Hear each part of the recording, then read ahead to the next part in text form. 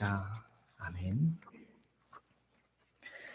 네, 오늘 말씀을 보면 날이 저물어서 예수님의 제자들이 이제 바다로 내려가는 이야기가 나오고, 또 예수님께서 이제 그 제자들과는 달리 주님께 따로 혼자 산으로 가셨다가 제자들과 함께 있지 않았던 지난주에 그 장면들을 생각해 보게 됩니다.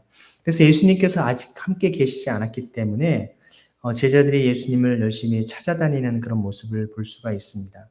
그래서 예수님을 찾아서 큰 바람도 불고 물결이 사나운 상황에 배를 저어서 한 10여리쯤 가게 됩니다.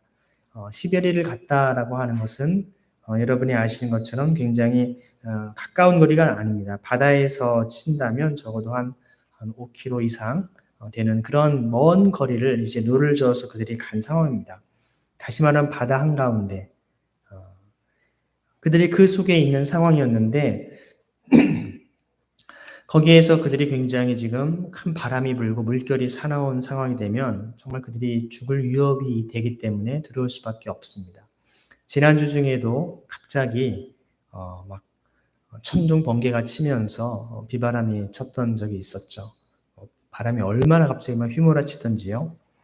갑자기 이렇게 큰 바람이 불고 돌풍이 일어날 수가 있습니다. 근데 그 상황 속에서 제자들은 굉장히 뭔가 마치 목자 없는 양처럼, 부모를 잃은 어린아이처럼 어쩔 줄 몰라 하는 그런 모습들이 나옵니다. 근데 예수님께서는 19절 말씀에 보니까 예수께서 바다 위로 걸어 오셨다라는 것을 성경은 묘사를 합니다. 지금 해변가가 아닙니다. 해변가에서 그들이 배를 타고 가다가 잠깐 떠났는데 예수님 해변가에서 오시는 그런 상황이 아니죠. 지금 그들이 배를 몰고서 지금 배를 타고 한 5km 이상을 지금 나간 상황인데 그 바다 한가운데 주님이 걸어오고 계신 겁니다. 도저히 인간적으로는 우리가 쉽게 생각할 수 없는 장면이죠. 사실 예수님께서는 부활하신 이후에 승천하시기도 하시고, 또 실제로 제자들을 찾아오셨을 때 문을 걸어 잠궜는데 그냥 마치 벽을 통과하시기도 할 정도로 우리의 물리현상, 자연현상을 뛰어넘는 모습으로 주님이 나타나신 것을 봅니다. 그럼 적어도 예수님께서 부활하신 이후에 그런 능력과 기적을 베푸시는 것은 주님이 완전한 모습으로 변하셨으니까 그렇게 됐구나라고 이해가 되는데, 지금은 주님께서 아직 십자가의 죽으심과 또 부활하시는 사건이 있기 이전입니다. 그렇다면 과연 이런 본문을 어떻게 봐야 할 것인가? 물론 우리도 어느 정도 뭔가 인간이 뭔가 능력을 가지고 뭔가 사람들에게 기적을 베푸는 일들을 하는 경우들이 있습니다. 실제로 꼭 우리가 어떤 신앙적인 사람이 아니라 할지라도 여러분, 우리가 영적인 현상들이 이 땅에 많이 일어납니다.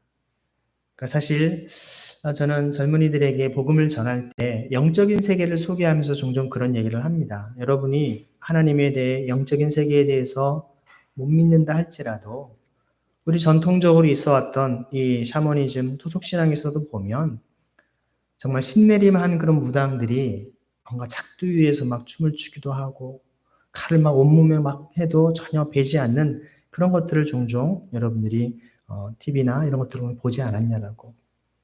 실제로 그들이 얘기하는 걸 보면 귀신에 꽉 붙잡힌 바 되었었다라고 얘기를 합니다. 귀신 들렸다라고 얘기를 하죠, 우리가.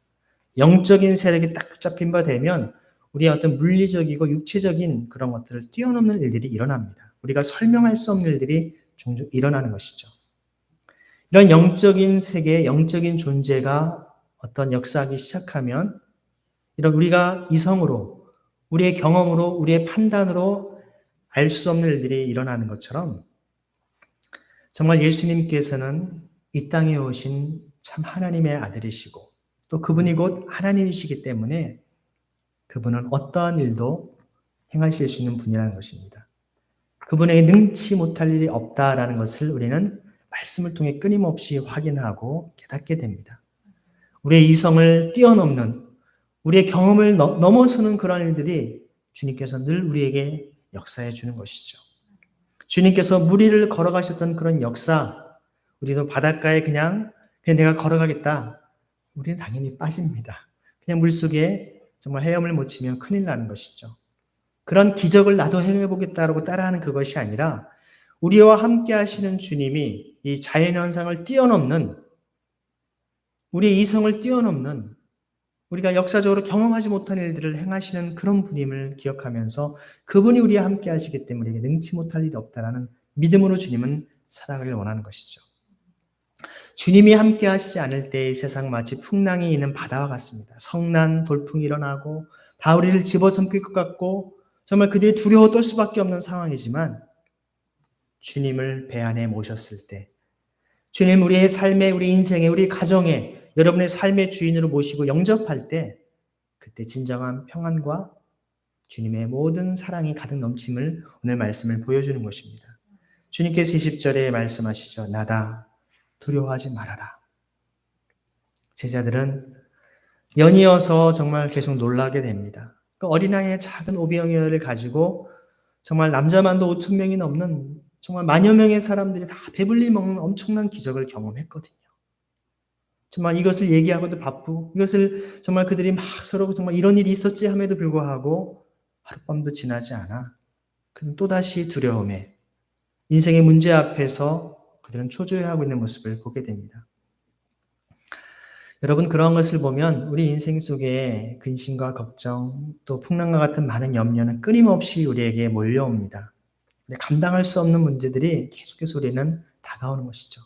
뭐 하나 잘 됐다 싶더니만 또 다른 문제가 일어나고 그 문제를 뭔가 열심히 기도하면서 믿음으로 승리했다 싶은데 또 다른 어려움이 막 닥쳐올 때는 도대체 나에게 왜 이런 일만 자꾸 생기는 것일까? 이게 도대체 왜 그럴까? 그 가운데 하나님께서는 우리의 순간순간마다 우리를 붙잡아 주셨고 우리를 어려움 속에 우리를 건져내셨고 우리와 함께 하셨음을 알매도 불구하고 그것을 기억하기가 어렵습니다. 그냥 주님을 기억하기보다는 내 앞에, 내 눈앞에 펼쳐진 문제가 더 크게 보이는 것이죠. 여러분, 우리 크리스찬의 신앙의 위기는 주님보다 내 앞에 있는 문제가 더 크게 보이기 시작할 때 그것이 문제가 되는 것이죠. 바꾸어 말하면 우리 신앙인의 승리의 삶의 비결은 아무리 나에게 힘들고 어려운 문제라 할지라도 그보다 더 크신 주님이 우리와 함께하고 계심을, 그 뒤에 계심을 깨닫는다면 우리 두려워할 필요가 없는 것입니다. 아무리 칠흑 같은 어두움이 또 구름이 가득한다 할지라도 그 뒤에 따뜻한 햇살이 있다는 것을 알고 있는 사람은 다 지나간다. 시간이 지나면 다 지나가고 사라진다는 것을 알게 되는 것이죠. 저 여러분의 삶 속에 우리 가운데 있는 어려움과 문제, 우리를 두렵게 하는 많은 문제가 있지만 주님이 함께 하시기 때문에 아무것도 문제가 될 수 없음을 고백하는 삶이 되기를 소망합니다. 그래서 이제 그들이 이제 예수님을 배 안으로 모셔서 이제 그들이 가려고 하는 곳으로 갔습니다. 그 다음 날, 오병이어의 기적이 일어난 그 다음 날이죠. 이제 사람들이 예수님을 막 찾아다닙니다. 예수님이 어디 계신지, 분명히 예수님과 제자들이 따로 갔다 이런 얘기를 이제 듣고서 예수님이 어디 가신가, 어디에 계신가, 막 예수님을 찾아서 여기저기 헤매는 모습을 봅니다. 그들이 예수님을 계속 찾는 모습이 나오죠. 우리 인생 가운데에서도 사람들이 무언가 대단한 것을 발견하면 도대체 저게 뭔가?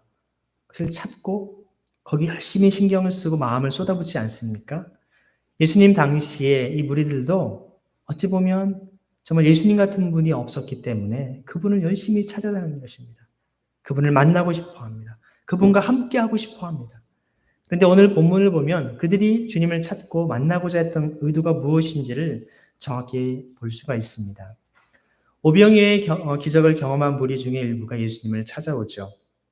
예수님은 그들을 향해서 너희가 나를 찾는 것은 표징을 보았기 때문이 아니라 빵을 먹고 배가 불렀기 때문이다라고 말씀하시죠. 26절에 그렇게 얘기를 한 겁니다.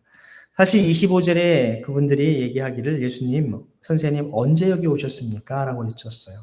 근데 주님은 거기에 대해서 대꾸하지 않으시죠.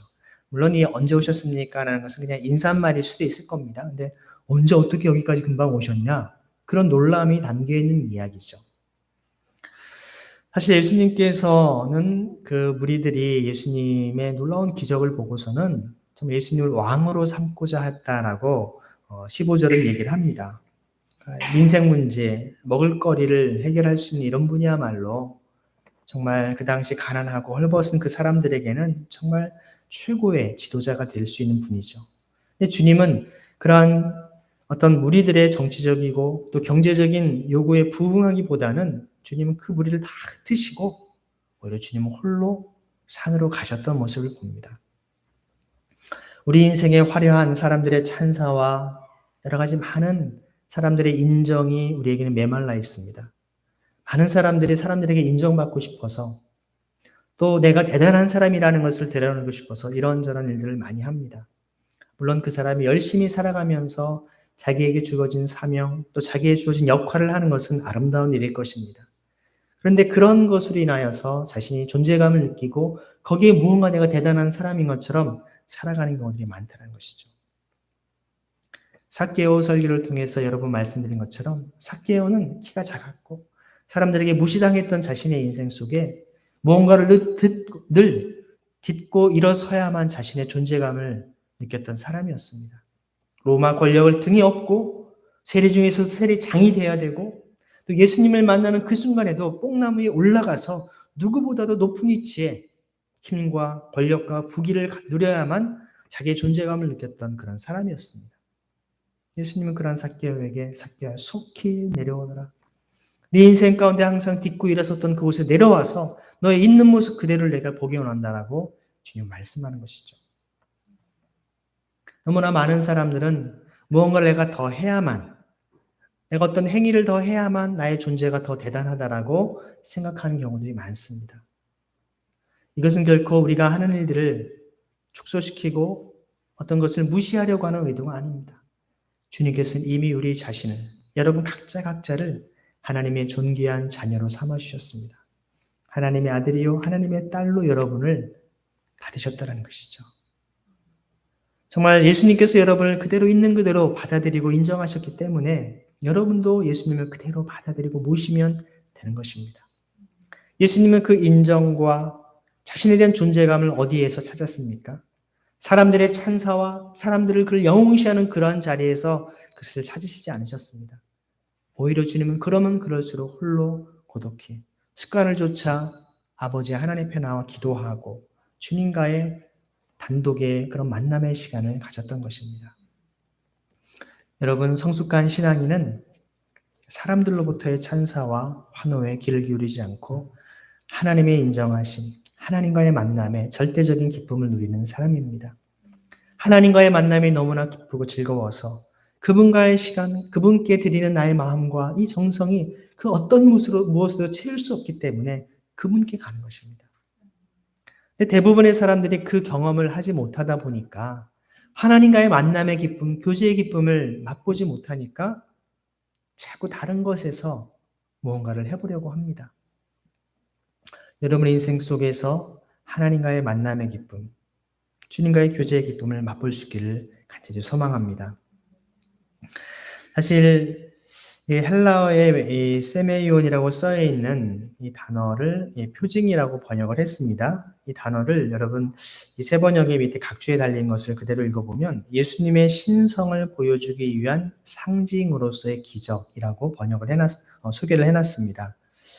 그러니까 이 표징이라는 단어가 나올 때는 여러분 그냥 기적이 아니라 예수님이 참 하나님의 아들이시구나, 이분이 참 신이시구나, 그런 것을 증명하기 위한 기적이라는 것입니다. 그냥 이런 놀라운 일인데 대단한데 그런 게 아니라 예수님이 바로 메시아이시고 그리스도시다, 하나님이시다 라는 것을 증명하기 위한 단어로 쓴 것이 바로 이 표징이라는 단어입니다. 여러분 오늘 이 말씀을 보면 여기 있는 사람들이 빵을 먹고 배가 불렀기 때문에 예수님을 쫓아온 거 당연한 얘기입니다. 배고픈 무리가 정말 일용할 양식을 먹고 또 그런 양식을 계속 먹일 수 있는 주님을 찾는 것은 당연한 이치죠. 그러나 주님께서는 썩어 없어질 양식을 얻으려고 일하지 말고 영생에 이르도록 남아있을 양식을 얻으려고 일하라고 말씀하십니다. 27절에 주님이 그렇게 얘기하신 겁니다. 결국 주님의 말씀에 의하면 이 세상에는 양식이 두 가지가 있습니다. 하나는 첫 번째는 썩어 없어질 양식입니다. 우리가 여러분이 아침, 점심, 저녁 늘 먹는 그 양식이죠. 두 번째 양식은 영생에 이르도록 남아있을 양식입니다. 하나님의 형상대로 지음을 받은 우리가 주님의 자녀로서 거듭나고 영원한 생명을 얻은 존귀한 존재라고 할지라도 우리는 육체를 입고 살아갈 수밖에 없는 존재입니다. 그렇기 때문에 우리는 주님 말씀대로 썩어 없어질 양식을 얻으려고 일할 수밖에 없습니다. 우리는 땅을 딛고 사는 존재이기 때문에 그렇죠. 그런데 주님께서는 그러한 양식을 얻으려고 일하지 말라라고 말씀하십니다. 참, 어떻게 보면 주님의 말씀은 요즘처럼 먹고 살기 힘든, 정말 생존을 위해서 열심히 일해도 제대로 살까 말까 하는 그런 시대에 그런 거 다 필요 없다, 그런 말씀처럼 들립니다. 마치 경제적 여유가 있어서 먹고 살 만한 사람에게 그렇게 생계만을 위해서 애쓰지 말고 좀 더 고상한 일, 좀 더 영적인 일을 좀 해봐, 그렇게 하면서 좀 살아가야지, 그런 말씀처럼 들립니다. 기본적인 의식주 문제가 해결되고 여유 있는 사람에게는 한번 고민해 볼 만한 좋은 이야기네요 라고 들을 수 있는 그런 이야기일 것입니다. 그런데 여러분, 예수님 당시 주변에 모여든 무리들이 어떠한 사람들입니까? 여러분, 무리로 번역된 이 원어는 오클로스라고 하는 단어입니다. 그 당시에 정치적으로 소외되고 경제적으로 비참한 현실에 살아갈 수밖에 없고 사회법적으로도 완전히 정말 무시당하는 그런 사람들, 냉대와 천시를 받던 이들이 대부분이었습니다.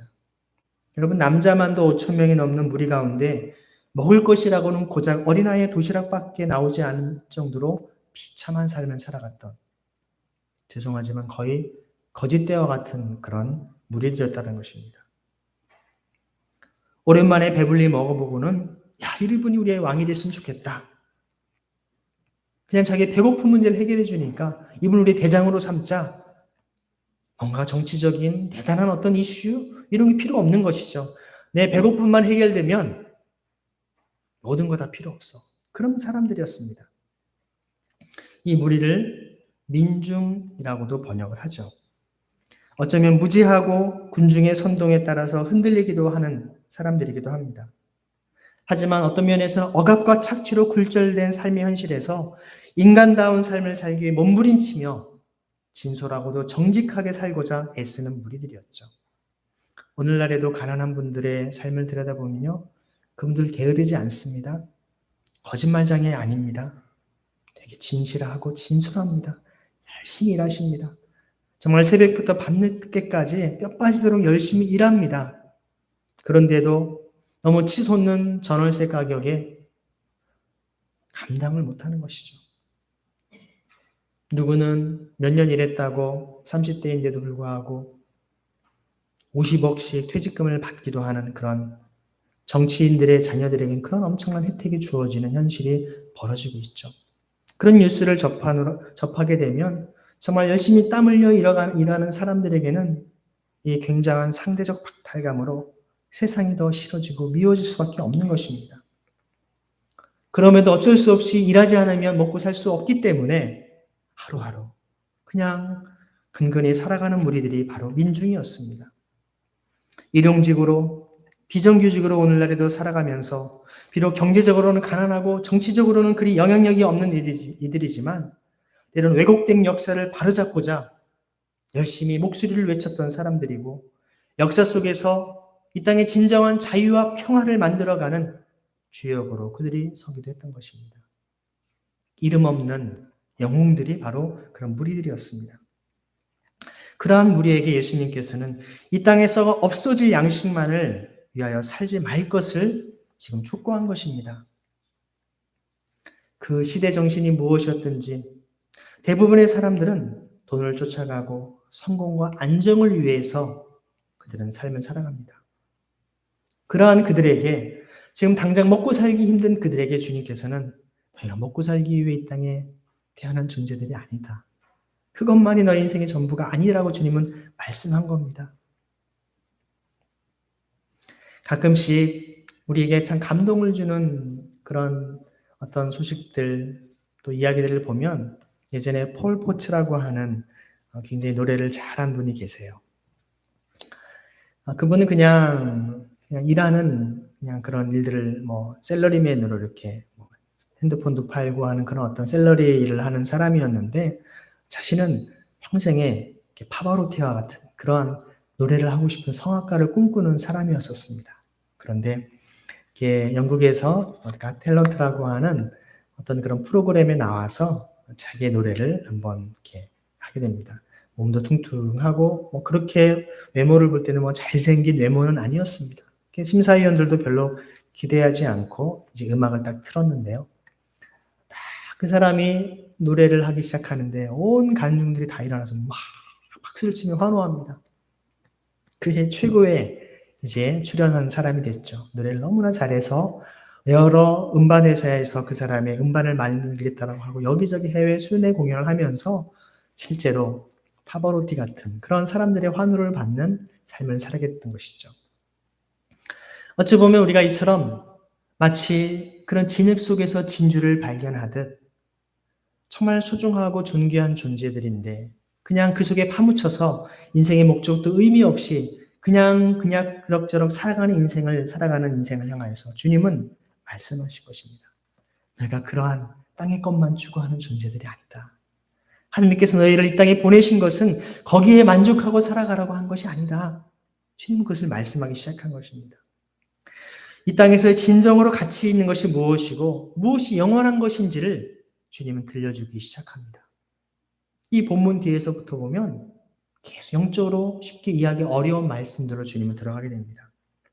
주님은 사실 사람들을 뭔가 관심을 갖게 하시는데 그들의 먹거리, 당장 그들의 시급한 것을 통해서 접촉점을 만드신 겁니다. 그 오병이어의 기적을 통해 먹을 것을 해결하고 그 먹을 양식을 통해서부터 진정한 양식이 무엇인지 또 주님이 이 땅에 진정한 생명의 떡으로 빵으로 오신 자신의 살과 피를 다 나눠주실 것을 주님이 십자가의 길까지 연결시켜 계시는 것을 봅니다. 주님은 땅의 것만 집착하고 살지 말고 눈을 들어서 하늘을 보고 하늘에서 내려오는 생명의 양식, 생명의 빵을 구하라고 말씀하십니다. 요즘에 가을 하늘이 참 아름답습니다. 보면은 하늘도 참 구름도 예쁘고요. 하늘색도 어쩜 이렇게 예쁜지요. 우리가 하늘을 이렇게 보고 하다 보면 참 감사합니다. 하나님 이렇게 좋은 자연을 주셔서 감사합니다. 그럼 우리가 마음이 들지 않습니까? 단순히 우리가 하나님이 창조하신 아름다운 자연을 보고 감사하는 것을 넘어서서 이 모든 것을 허락하시고 만들어주시고 우리를 돌보시는 그 하나님께는 어떠한 영광과 존귀를 우리가 올려드리는 것이 마땅하겠습니까? 날마다 주님께 주님 감사합니다. 주님 찬양합니다. 이렇게 우리가 늘 찬송하고 불러도 부족하지 않겠습니까? 주님께서는 생명의 양식을 구하라. 생명의 빵을 구하라고 말씀하십니다. 여러분은 일용할 양식을 위해 일하고 있습니까? 아니면 영원한 생명의 양식을 위해 일하고 있습니까? 열심히 인생을 살아온 사람들에게는요, 인생의 하프타임이 필요합니다.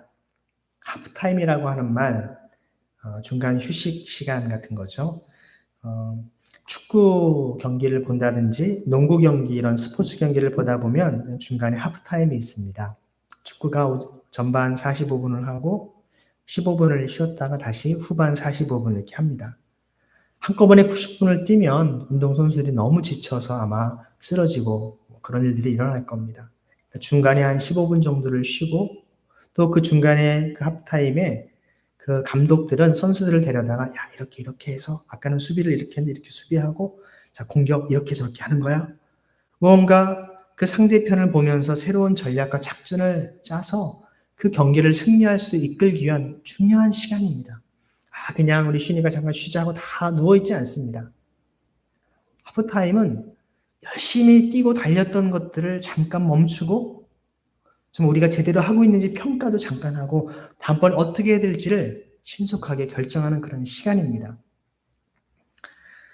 정말 삶의 전반전과 후반전에 잠깐 쉬는 그런 것이죠. 인생도 마찬가지입니다. 열심히 전반전에서는 앞만 보고 달려왔는데 인생의 하프타임에서는 그 방향이 올바른 것이었는지 나의 삶의 방향과 추구하는 과정이 제대로 되고 있었는지를 되짚어보는 시간이 필요합니다.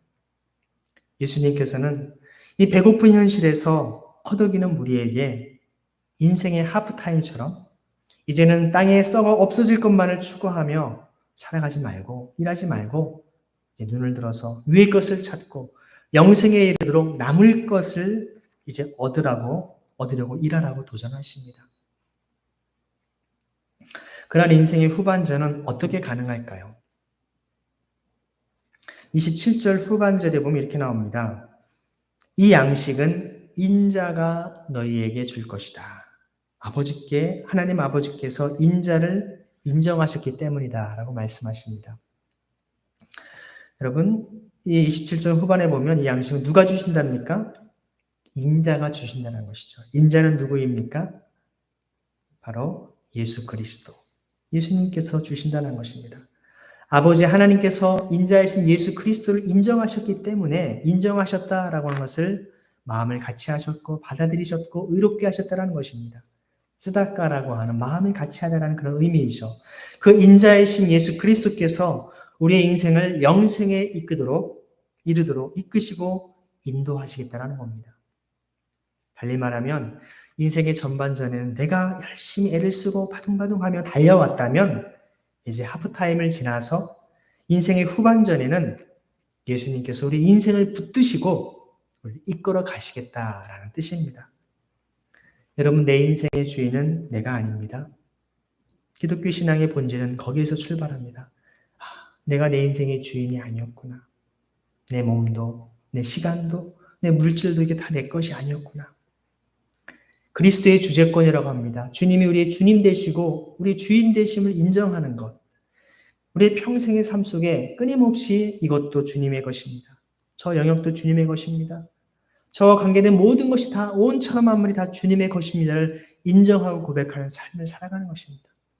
그럴 때 우리에게 일어나는 많은 일들을 쉽게 우리는 이해할 수 있고 받아들일 수가 있습니다. 내 건데 왜 이게 저렇게 되는 거야? 내 건데 왜 저 사람이 저렇게 뺏어가는 거야? 오히려 욥처럼 주신 분도 하나님이시요 취하신 분도 하나님이시니 오직 하나님만이 영광을 받기에 합당하십니다. 이런 믿음의 고백을 할 수 있는 것이죠. 그래서 우리의 구원자 되시는 예수 그리스도께서 나의 주인이시고 나의 왕이십니다. 우리의 주인이십니다. 이것을 인정하고 고백하는 것. 그래서 예수님께서는 이 말씀을 하시고 나니까 사람들이 28절에 뭐라고 물어봅니까? 28절에 그들이 묻습니다. 우리가 무엇을 하여야 하나님의 일을 하는 것이 됩니까? 바로 예수님께서 이제 땅의 것을 추구하지 말고 정말 영생에 이르도록 영원에 이르는 그런 양식을 위해서 일을 하라라고 말씀하니까 도대체 무슨 일이 그런 일입니까? 요즘으로 하면 무슨 직업입니까? 무슨 AI가 이제 있고 4차 산업혁명이 있는 이 시대에 도대체 무슨 일을 해야 됩니까? 진로를 고민하는 청소년과 청년들, 또 새로운 직장과 직업을 준비하는 사람들에게는 내가 이제 뭘 먹고 살아야 될까? 지금 보니까 코로나 때문에 이런저런 일이 제대로 되지 않는데 뭔가 이제 이렇게 하면 좀 더 내가 편안하게, 좀 더 안정적으로 돈을 벌고 살아갈 수 있지 않을까? 그런 생각들을 보통 많이 합니다. 정말 여기서도 이들이 당장 예수님과 함께하면 구약의 이스라엘의 백성들이 광야에서 하늘의 만나를 늘 경험했던 것처럼 예수님을 따라가면 그러한 적어도 민생고는 해결되겠구나. 그런 생각을 하면서 얘기하는 것이죠. 그래서 그들이 그런 얘기를 30절, 31절에 쭉 하는 겁니다. 바로 우리 조상들은 광야에서 만나를 먹었습니다. 참 광야에서 만나를 먹었던 이야기들을 하면서 그들이 예수님에게 계속 쫓아오겠다고 얘기하는 것이죠. 근데 예수님께서는 무엇을 해야 된다고 말씀하십니까? 29절 말씀 함께 읽어보겠습니다. 예수께서 그들에게 대답하셨다. 하나님께서 보내신 이를 믿는 것이 곧 하나님의 일이다. 네, 지금 제자들과 또 그곳에 있는 무리들, 정확히는 무리들이 묻고 있는 것인데요. 우리가 뭐를 해야지 하나님의 일을 하는 겁니까? 예수님께서는 하나님의 일을 하라라고 하셨기 때문에 그들이 뭔가 행동으로, 뭔가 어떤 직업으로, 혹은 무슨 사역으로 뭔가를 해야만 된다라고 생각하면서 물었던 것이죠. 예수님의 답변은 당장 뭐를 하는 것이 아니라 바로 하나님께서 보내신 이 누구입니까? 주님 자신을 믿는 것, 그것이 곧 하나님의 일이다라고 말씀하십니다. 여기서 믿는다라고 하는 것은 예수님을 영접하고 그분을 향한 전적인 신뢰와 의탁을 의미합니다. 마치 이 직전에 있었던 사건, 풍랑이 있는 그런 그 바다에서 그들이 정말 배에서 출렁이는 그 배에 두려워했던 그들이 무리를 걸어오시는 주님을 그들이 영접하고 배 안에 모셔드릴 때 그 모든 것이 잔잔해지고 그들의 진정한 평안이 임했던 것처럼 우리의 풍랑이 있는 인생 속에서 주님을 우리의 삶의 주인으로 모시고 그분이 함께 하셔서 더 이상 세상의 문제가 되지 않음을 깨닫는 그것이 곧 하나님의 일이라는 것입니다. 여러분이 그런 하나님의 일에 열심을 냈을기를 바랍니다. 예수님을 믿고 예수님을 신뢰하고 예수님을 향한 진정한 의탁의 삶을 살아가는 삶을 살아갈 때 예수님께서 여러분을 향한 놀라운 일들을 주님이 함께 행하는 것입니다. 예수님을 나의 인생의 주인으로 모시는 것을 의미합니다. 그런 명확한 답변을 했음에도 불구하고 우리들은 다시 예수님께 여쭤봅니다. 우리에게 무슨 표징을 행하셔서 우리로 하여금 보고 당신을 믿게 하시겠습니까? 자, 이것을 보니까 바로 14절에 정말 사람들이 예수께서 행하신 표징을 보고 이분은 참으로 세상에 오시기로 된 그 예언자다 하고 말하였다라고 얘기를 했는데 주님은 오히려 다시 오늘 본문 말씀에 보니까 26절에 너희가 나를 찾는 것은 표징을 보았기 때문이 아니다 라고 얘기하셨거든요. 그거에 대한 증거로서 그들이 그 마음을 드러낸 겁니다. 우리에게 무슨 표징을 행하셔서 우리로 하여금 당신을 믿게 하시겠습니까? 지금 이야기를 보면 예수님께서 하나님의 일, 나를 믿는 것이다. 하나님이 나를 보내셨다는 것을 믿고 또한 그 안에 진정한 생명이 있음을 깨닫는 것이다 라고 말씀하시는데 당신이 도대체 무슨 일을 하기에 당신이 어떤 뭔가 기적과 능력을 행하기에 우리가 당신을 메시아로 그리스도로 받아들이겠습니까? 그렇게 질문하는 것이죠. 이들이 빵을 먹었다고 해서 그런 기적을 체험했다고 해서 예수님을 영접하지 않았습니다. 예수님을 신뢰하지 않았습니다. 그냥 대단한 마술가, 대단한 능력이 있는 사람, 그 정도의 사람으로 그냥 단순히 내가 도움을 받을 수 있는 사람이기 때문에 잠깐 굽신거려도 되는 그 정도로 생각을 했지 내 인생의 주인으로, 내 인생의 왕으로 모시는 것까지는 생각하지 않았다는 것입니다. 결국 대부분의 사람들은 이 땅을 살아가면서 끊임없는 기적을 요구합니다.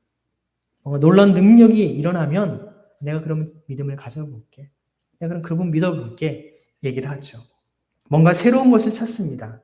하지만 아무리 놀라운 기적과 능력을 체험해도 예수님을 믿지는 않습니다. 여러분, 기적이 믿음을 가져다 주지 않기 때문에 그렇습니다. 오히려 믿음이 놀라운 기적을 우리 가운데 일어나게 하는 것입니다. 그 진정한 믿음은 하늘로부터 하나님의 선물로 우리에게 주시기 때문에 가능한 것입니다. 참 생명은 그래서 하늘로서 내려오는 하나님의 빵이기 때문에 그러합니다. 오늘은 세계 성만찬 주일입니다. 그래서 생명의 빵이 되시는 주님의 살과 피를 우리가 상징하는 그 성찬을 먹고 마심으로 주님의 영원한 생명이 함께하는 자리로 여러분을 초대하기를 원합니다. 우리가 코로나이기 때문에 여러분들이 오늘은 특별히 제가 설명을 미리 드리고 여러분들이 성찬에 참여하시기를 바라는데요. 예전에는 앞에 나오셔서 받으신 다음에 여기서 드셨지만 저희가 당분간 코로나의 어떤 원칙들이 있기 때문에 앞에서 받으셔서 여러분 자리로 돌아가셔서 빵과 음료를 드시고 그 음료차는 그곳에 놓으시면 다 끝난 다음에 저희가 수거를 하도록 하겠습니다. 그러니까 앞에서 드시지 않고 그냥 받기만 하시고 그리고 들어가겠습니다. 나눠줄 때는 저하고 전사님이 그 장갑을 끼고 저희가 여러분께 나눠드리도록 하겠습니다. 제가 기도하겠습니다. 하나님 감사합니다. 우리의 생명의 빵이 되신 주님,